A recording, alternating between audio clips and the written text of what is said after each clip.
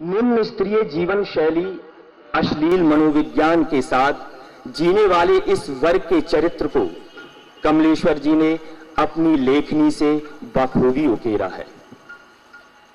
महेसा के माध्यम से उच्च वर्ग स्त्रियों के प्रति मजदूर वर्ग का दृष्टिकोण उभर कर सामने आया है। साथ ही चतुर्थ वर्ग के मान स्वाभिमान को भी तर्क संगत ढंग से प्रस्तुत किया गया है। पर्यटक द्वारा मजदूरों की उपलब्धता के बारे में पूछे जाने पर जिस स्वाभिमान से महेसा उत्तर देता है वह भी मानव मनोविज्ञान का जटिल प्रस्तुतिकरण है। कहानी के विकास क्रम में 25 वर्ष के महेसा व 35 वर्ष की पार्वती का विवाह दुनिया के तमाम आरोपों प्रत्यारोपों के बीच अपने ही रास्ते पर चलते रहने की धुन दोनों के चरित्र को मजबूती प्रदान करता है।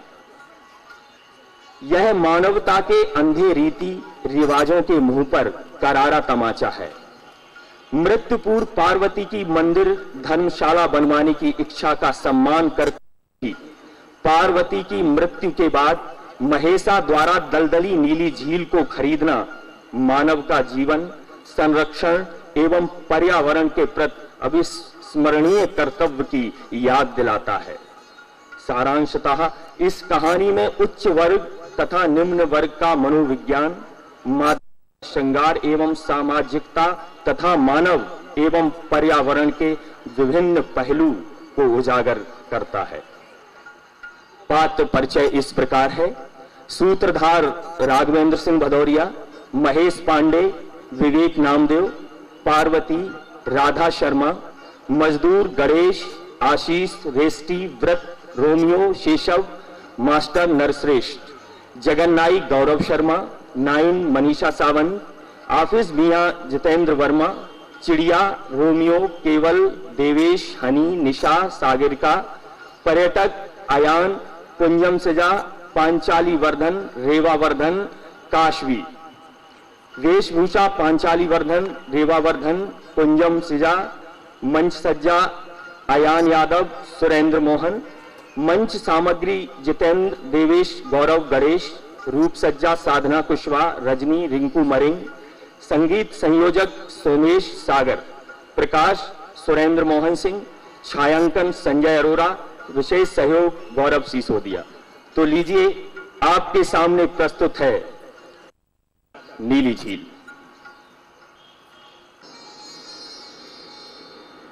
नमस्कार। यहां पर उपस्थित सभी कला प्रेमियों का कला समूह परिवार हार्दिक स्वागत एवं अभिनंदन करता है। इस 2 दिवसीय सांस्कृतिक संध्या पर आज आपके समक्ष ख्यात साहित्यकार स्वर्गीय श्री कमलेश्वर जी द्वारा लिखित कहानी नीली झील एक प्रेम कथा। इस कहानी को कोई परिवर्तन ना, वैसा का वैसा ही रखा गया है और इस नाटक के नाट्य विधा में वाचन, अंग संचालन और अभिनय का समावेश किया गया है। तो लीजिए आपके सामने प्रस्तुत है नाटक नीली झील।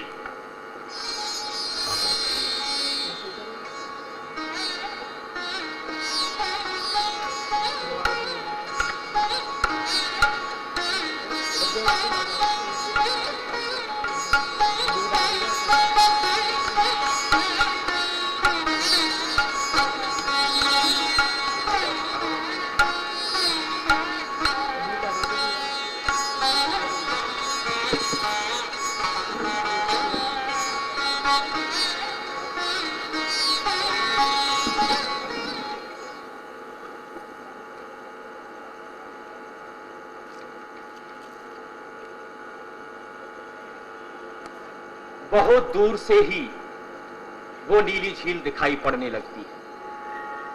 सपाट मैदानों के छोर पर, पेड़ों के झुरमुट के पीछे ऐसा मालूम पड़ता है जैसे जमीन बिल्कुल ढालू बनकर छिप गया हो। लेकिन गौर से देखने पर ऊंचे ऊंचे पेड़ों के बीच से एक बहुत बड़ा शीशा झलकता दिखाई पड़ता है। ये वही झील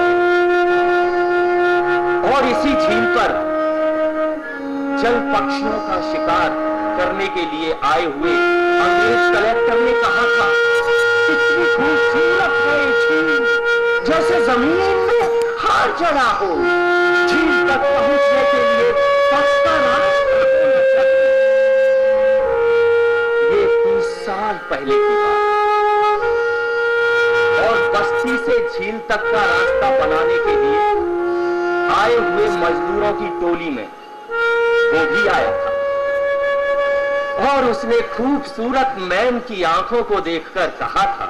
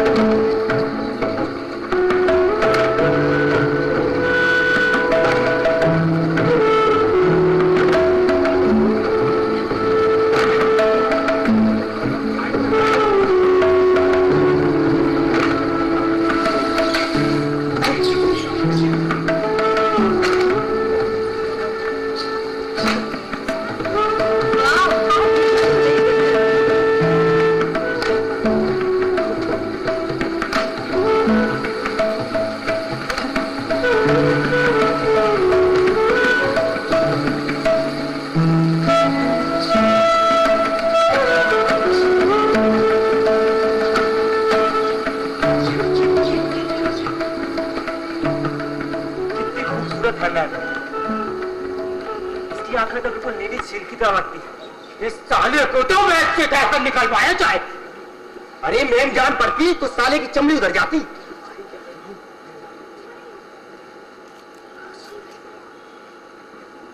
साला आशिक बना फिरता है। चलो चलो काम करो। काम में तो कर रहे हैं। नमस्ते। अरे चलो चलो चलो अरे छोड़ो भैया। अरे आज मरेगा। अरे काम कर। चलो चलो छोड़ो हटाओ।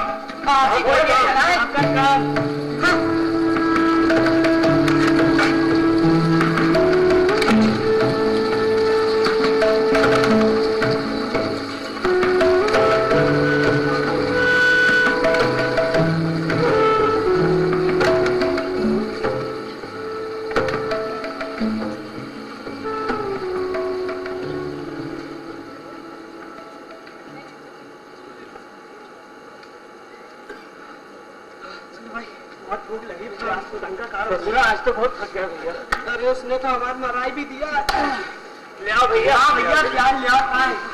सिगड़ी दिलाओ। आज ढंग का खाना बनना चाहिए। हमारी तो भूखी मर गई मार खाने के बाद। अरे हम क्या करें, ससुरा लकड़ी ही गीली है। अरे तो देख के चलाओ ना। देख के चलाओ।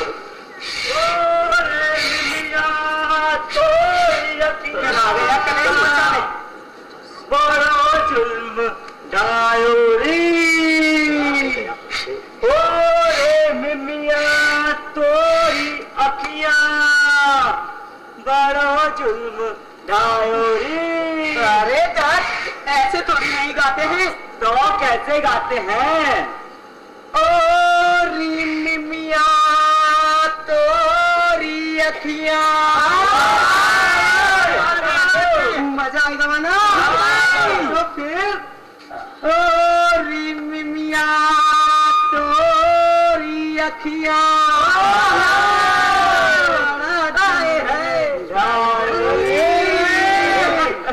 मिमिया तोरी अखियां मिमिया तोरी अखियां मिमिया तोरी अखियां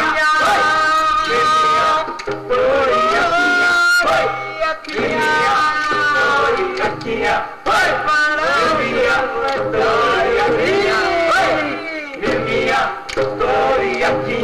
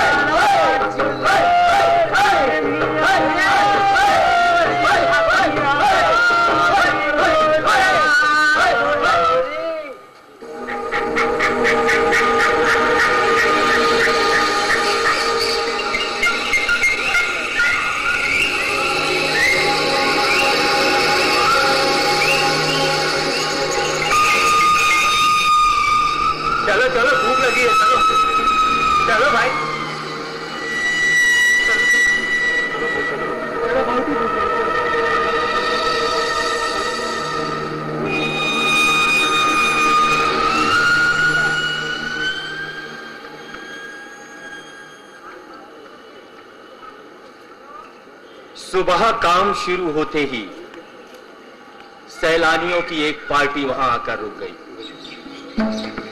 कुछ हिंदुस्तानी साहब थे और साथ में कुछ अच्छी अच्छी औरतें। औरतों के कंधों पर कैमरे लटक रहे थे और साहबों के कंधों से एयर गन और कारतूसों की पेटियां। खाने पीने का सामान कड़ियों में था और वो बोझ उनसे चल नहीं रहा था। खूबसूरत औरतों के चेहरों पर पसीने का पनीलापन था और साड़ियों के छोर धूल से बचने के लिए एक तरफ से कुछ ऊंचे कर लिए गए।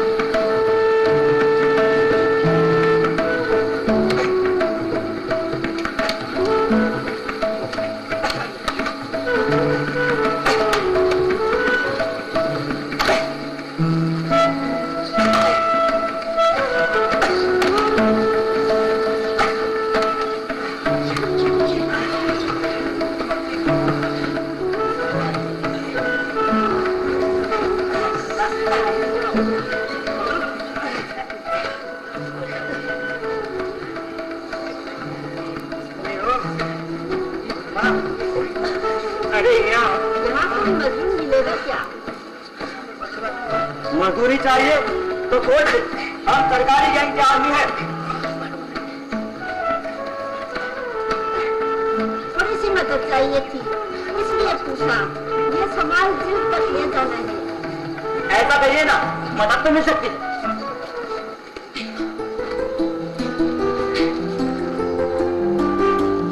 आप लोग कहाँ से आए हैं?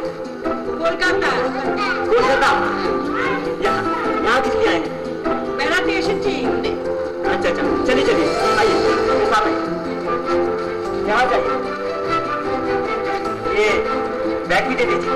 ना ना ना ना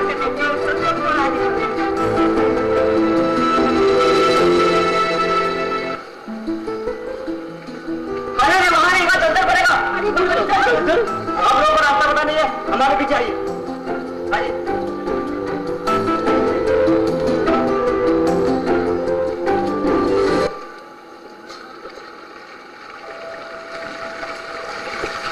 ये रही जी।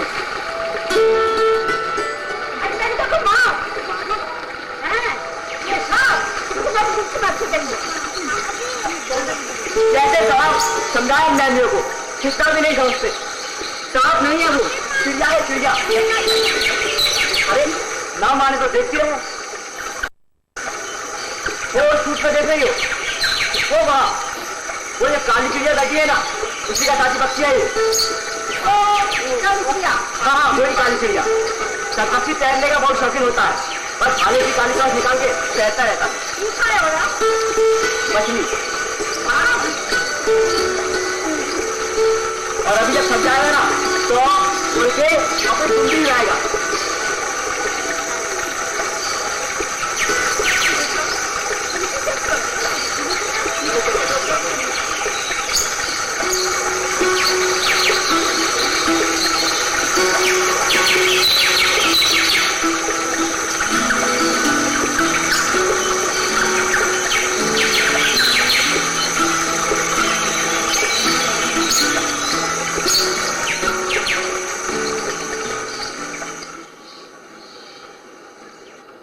रात को जब पेड़ों तले साझे चूल्हे जले, उसमें महेसा नहीं था। गांव से प्याज और मसाला लाने वाले चरण सिंह ने बताया,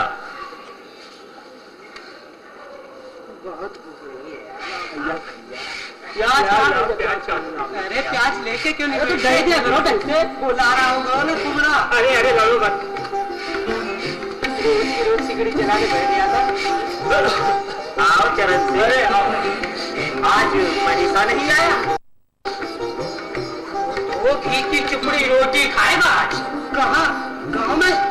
वही पंडिताइन के यहाँ है। पंडिताइन के यहाँ? चबूतरे पर बैठा बैठा विस्फोट कर रहा था लुगाई से। वो भी नाच मरी, मुझे क्या है क्या बटियाई नहीं थी।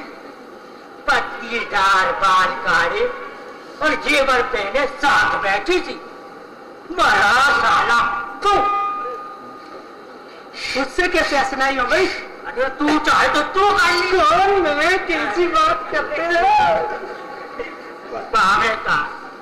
लेकिन उस नरक में कूदे कौन? एक वक्त था जब हमारे पीछे लग गई। पीछे? अरे जा कुगड़ा ना होता तो ब्याह रचा लेगी। बैठ जा सीधी तरह। ठीक है। शकल देखी अपनी, मेरे पीछे लग गई।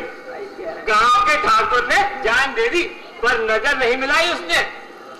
असल में उसे पैसे का गुरु ने। सही बात कह रहा है। 10 गांव में ऐसी औरत नहीं मिली। क्या रंग रूप है और क्या खाती है। और कसम चरण सिंह भैया कछ कहा नहीं। अब अरे घी मेवा खाती है, ठसकते रहती है पंडिताई। 40 की तो लगती ही नहीं। 40? मनीषा की उम्र का होगी? होगा बोल 25-26 का। फिर चलो चलो काम करो।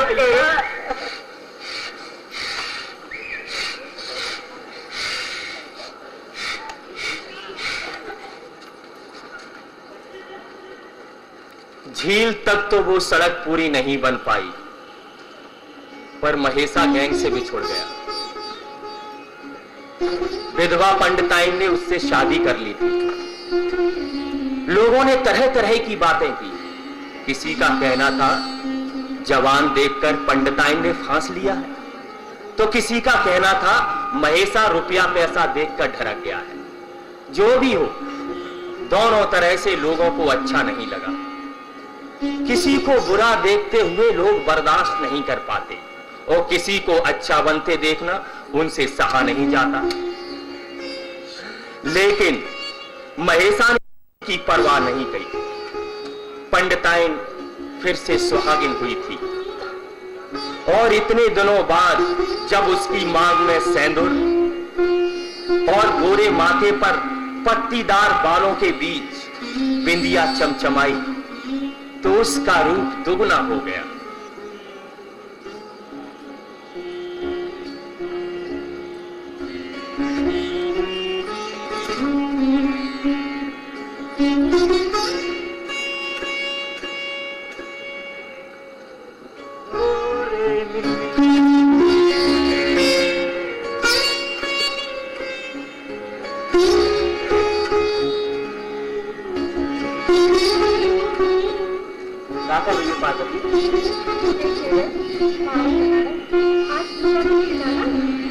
कहाँ? मंदिर के पास वाले में।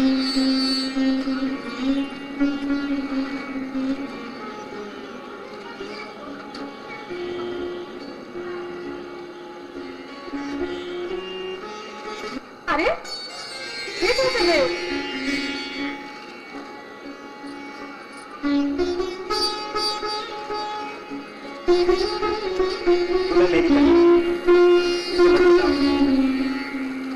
तुम तो किसी मैम से शादी करते जो लाली पाउडर वाली होती।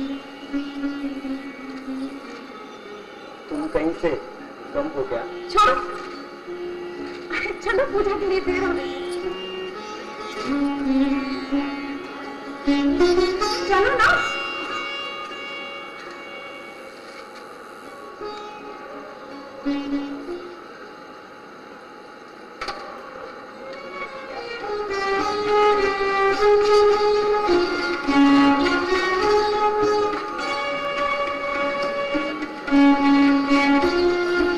अरे तुम्हें जरा भी सबूर नहीं? मर्द तो घरवाली के आगे चलता है, साथ नहीं। और लोग क्या कहेंगे? क्या कहेंगे लोग? बड़ी शर्म आएगी। अरे पार्वती शहर में मैम लोग इसी पे चलती है तो बच्ची बाहों में हाथ फंसा के। अरे छोड़ो, अरे शर्म तो करो। चलो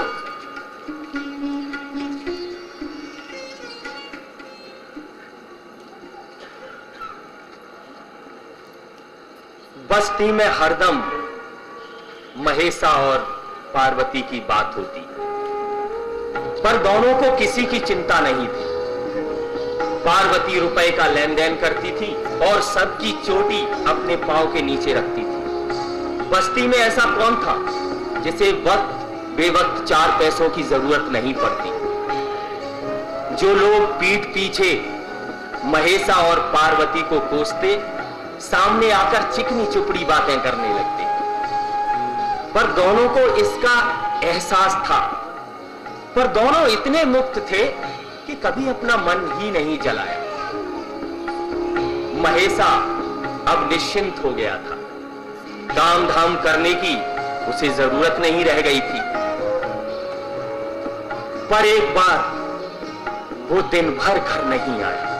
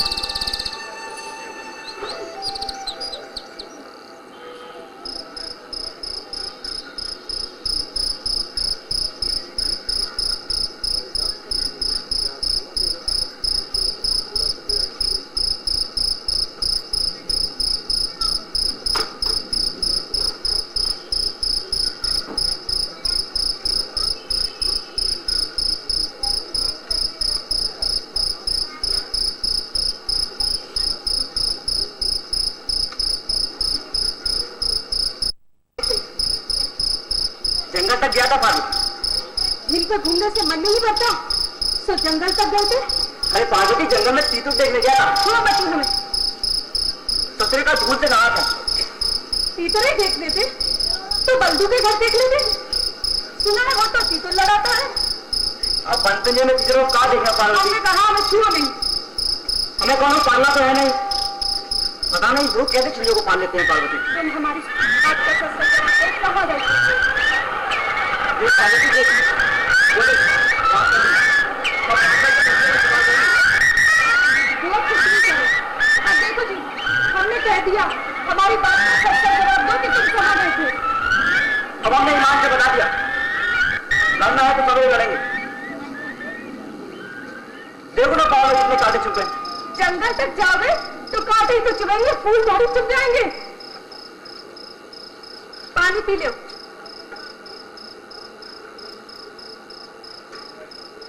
और ये खाना भी खा लीजिए।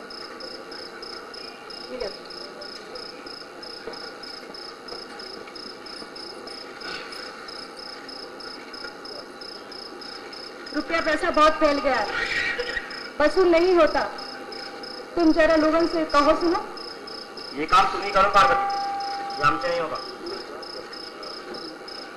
अच्छा सुनो, मेरा मन है कि कुछ रुपया पैसा लगा के चबूतरे पर एक मंदिर बनवा दिया जाए, और बन सके तो मुसाफिरों के लिए 2 छोटी कुटियां भी बन जाए। इससे हारे थके लोगों को आराम भी मिलेगा और कुछ रुपया पैसा धर्म कार्य के नाम पे लग जाएगा। ये धर्म तुम्हें क्यों बताएगा पार्वती? बहुत दिन की साथ बनाई। मिस्त्री को बुलवा के जमीन तो दिखाई थी, पर कुछ हो नहीं पाया। मर जाऊंगी तो नाम का एक मंदिर तो रहेगा। ये बेवक्त क्या बात होगी पार्वती तुम्हें? आज दिन भर यही सोचती रही। क्या हुआ? क्या हुआ? मंदिर बनवाना जरूरी है क्या? कहीं तुम हमसे शादी करके पछता तो नहीं रहे हो? सच सच बताना, पछतावा तो होता होगा ना?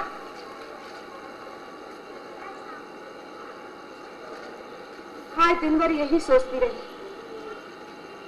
कि अपने सुख की खातिर कहीं हमने तुम्हें खराब तो नहीं कर दिया।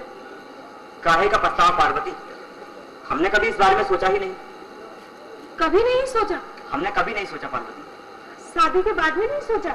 हाँ हाँ पार्वती, शादी के बाद भी नहीं सोचा। अभी तुम अपने आप को आजाद समझती हो, बाल बच्चे होते तो सब समझते। तुम्हें हुआ क्या है पार्वती आज? पता नहीं क्या हुआ। बस्ती का अस्पताल बहुत छोटा है, यह मेरी देखभाल नहीं हो पाएगी। अस्पताल की क्या जरूरत है पार्वती? तुम्हारी नासमझी के लिए क्या कहूं? सगे संबंधी भी नहीं है जो जरूरत वक्त आ जाए। सुना है अस्पताल में तकलीफ भी नहीं होती, ऐसी दवाई देती है डॉक्टर जी।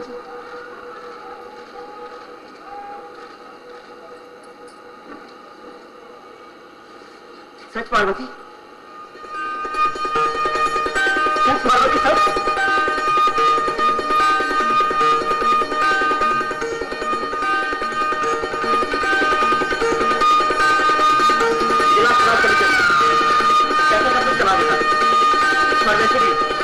भगवान का दिया हुआ सबका है हमारे पास। एक बात कहूं, मुझे बड़ा डर लगता है जान चली जाएगी। बेकार डरती हूँ पार्वती तुम। बेकार नहीं, ना जाने मन में कैसी कैसी बातें व्याप्ती हैं, बड़े डरावने सपने दिखाई पड़ते हैं, और सांस तो जैसे रुकने लगती है। तो हमारे साथ बेटा करो, कुछ तो शर्म करो। तभी हम कहे कि आजकल तुम कतराई कतराई काहे रहती हो। बेकार की बातें मन में मत लाया करो पार्वती। चलो खाट टीन में डाल दो।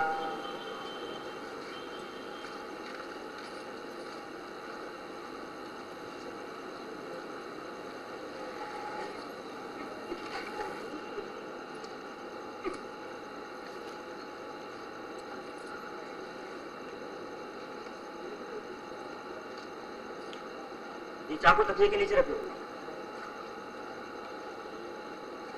अब डर नहीं लगेगा। सो जाओ।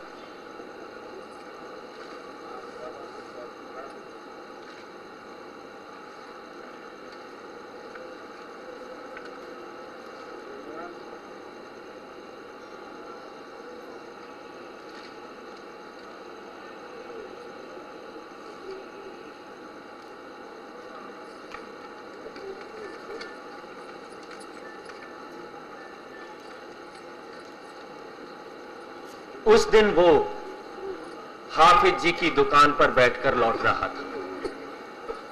पार्वती के बालों में लगाने के लिए विलायती पिन लाया था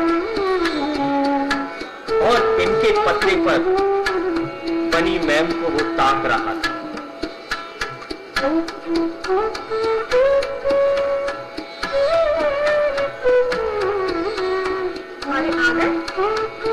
मंदिर के बारे में मिस्त्री से बात हुई ना? मिस्त्री तो नहीं मिले, बड़ी नई बात सुनने में आई। कहाँ है चुन्नी वाले? बिजली लगाने के चक्कर में बस्ती अच्छी लग रही, पर पैसा पास नहीं। बिजली कहाँ लगी? उनकी अपनी कुछ जमीन बेचने के चक्कर में है। ऐसी जमीन है जो उनके लिए बेकार है। अगर चुन्नी वाले अपनी जमीन बेचे तो अपने चबूतरे का पास वाला पूरा खाना उसे हम खरीद लेंगे। चबूतरे पर एक मंदिर बन जाएगा और मुसाफिरों के लिए छोटी धर्मशाला। चलो कैसी बात का पता लगाते हैं। बात तो सच्ची है पार्वती, वो हाफिज जी आए ना, वही बताए, गलत खबर नहीं लाएंगे। पता नहीं अब क्या हो जाएगा पार्वती।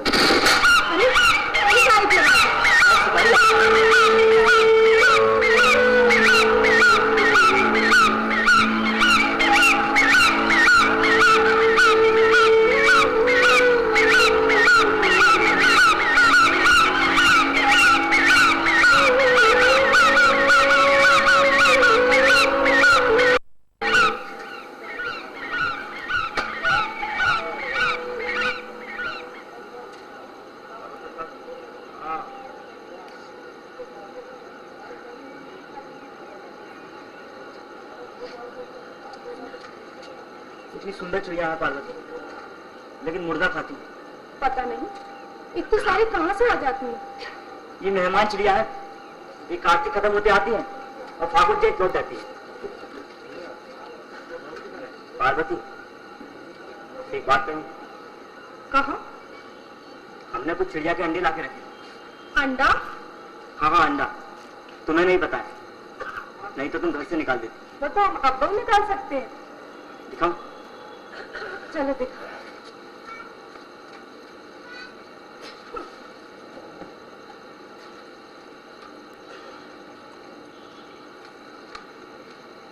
ये पार्वती देख, ये देख, ये बाघ का अंडा है।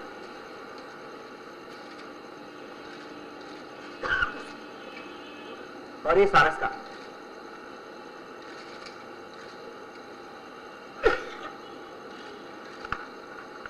और ये सोना पता नहीं।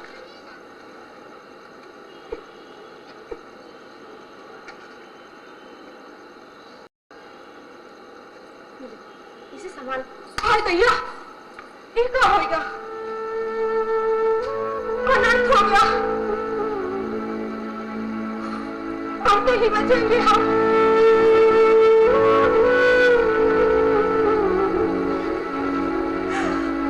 नहीं बचेंगे।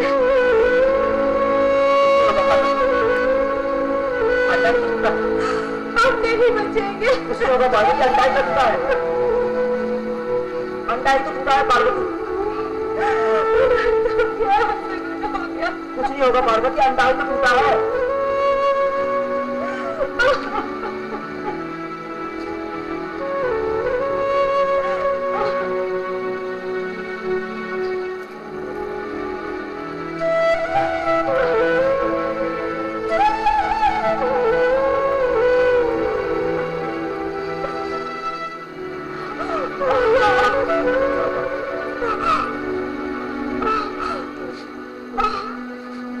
हमसे नहीं चला जा रहा।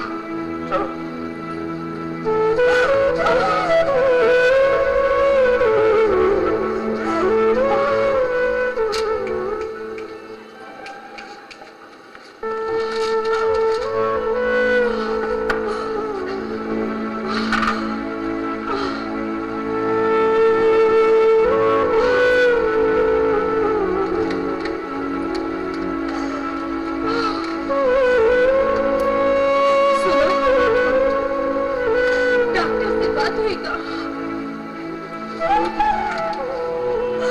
डॉक्टर कह रहा था कि चीरा लगेगा।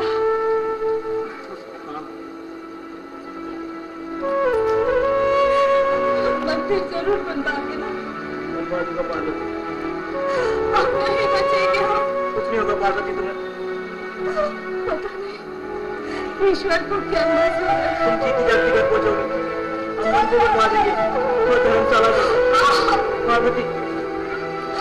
हम नहीं बचेंगे।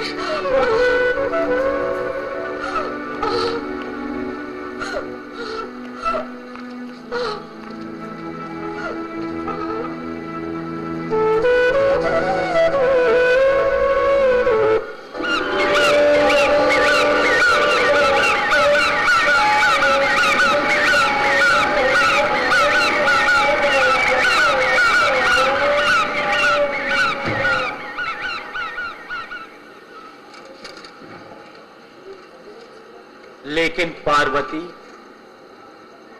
जीती जागती घर नहीं पहुंची। यो पार्वती से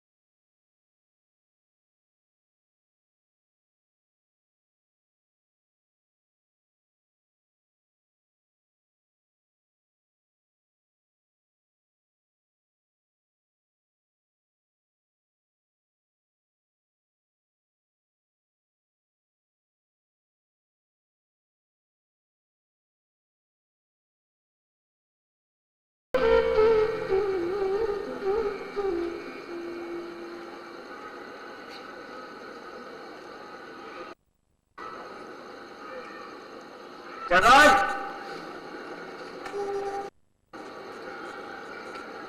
जगन, राम राम पंडित जी, राम राम। अरे पंडित जी आप आए, बड़ी खुशी। पंडित जी बैठे, पंडित जी बैठे। हाँ सुना पंडित जी, जानन कैसे आना हुआ? हमारी तो आत्मा तरफ हुए तुम्हारे दर्शन पाके पंडित जी। हमारा पैसा कब दे रहे? पंडित जी आपका पैसा मांग ले, हमारा पूरा चुका देंगे पंडित जी। मैं कच्चू वक्त की दे दीजिए बस पंडित। हमें हमारा पैसा आज चाहिए, पूरा 100 रुपया। मैं आज नहीं तो हम आज यहाँ से उठने वाले नहीं। 100 रुपया मैं आप ब्याज के? पंडित जी ने कचू दिन की और मोहलत मिल जाती बड़ी क्या हमें हमारा पैसा चाहिए 100 रुपया। इतनी भारी रकम पंडित जी हम कहां से लाएंगे पंडित जी? बस पंडित जी ने कचू देंगे और मोहलत मिल जाती पंडित जी। सिर की चोटी से लेकर जमीन को धुआ लीजिए पंडित जी। 20-25 रुपया से ज्यादा निकला इसी लगा आपका जिंदगी भर गुलामी करेगा पंडित जी। सिर की चोटी को धुआ क्या हुआ वो सब हमें नहीं पता। पंडित तुम तो जाली मोटी की बात नहीं। पार्वती चाची मुझसे 4 रुपया खड़े पर आदमी की मर्यादा और इज्जत का ख्याल करती थी। पंडित जी बस थोड़े दिन की और मोहलत दे दीजिए पंडित जी, बस थोड़े दिन की मोहलत दे दीजिए।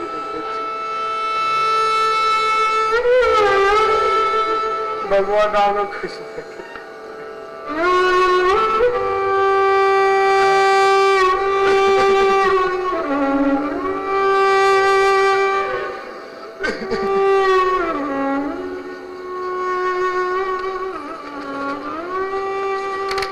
कुछ दिनों महेशा, जो अब महेश पांडे के नाम से जाना जाता था, बस्ती से चला गया। सुना चुनार मिर्जापुर की तरफ पत्थर की तलाश में गया है। कर्जदारों ने सुख की सांस ली, लेकिन वो 15 दिन के भीतर ही भीतर लौट आया। चौधरी के बाग में बैठकर बता रहा था, पार्वती मंदिर के लिए सामान देखने गया था, मूरत जयपुर से बनवाऊंगा। लोगों का कहना था सोना चांदी मिलाकर कुछ 8-10 हजार की पूंजी है उसके पास, और जो दबा दबाया हो सो अलग। इस बीच उसने काफी रुपया वसूल कर लिया था। धीरे धीरे रुपए की तृष्णा उसकी मरने सी लगी थी।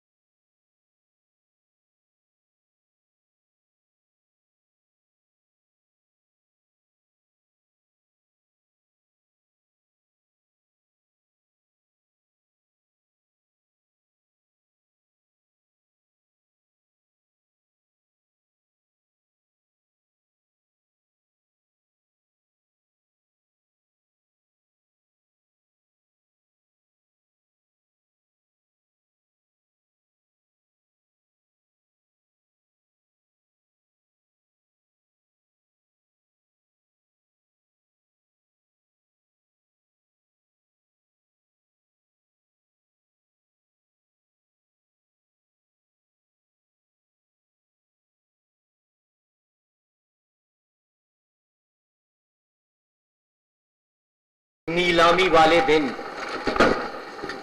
उसने 3000 की बोली लगाकर चबूतरे के पास वाली जमीन नहीं, दलदली नीली झील खरीद ली। लोगों की आंखें फट गईं।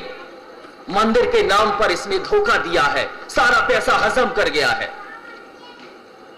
लेकिन उसने किसी को कोई जवाब नहीं दिया। फागुन आते आते मेहमान पक्षी उड़ गए थे। झील बहुत सूनी हो गई थी।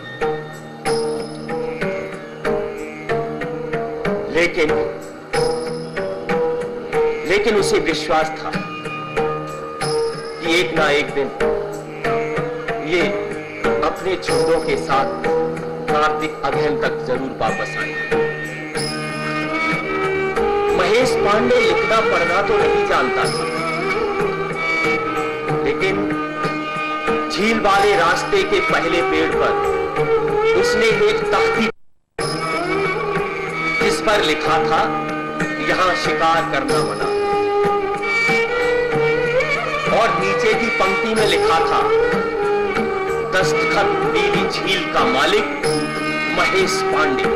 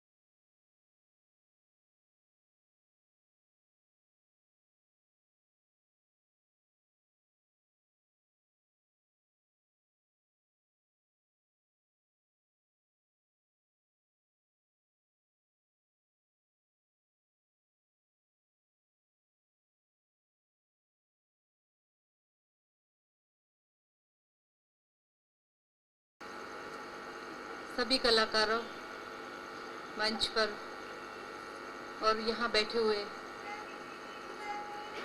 कला के प्रेमी, सच में जब मंचन हो रहा था तो हम सब बहुत गंभीर हो गए थे।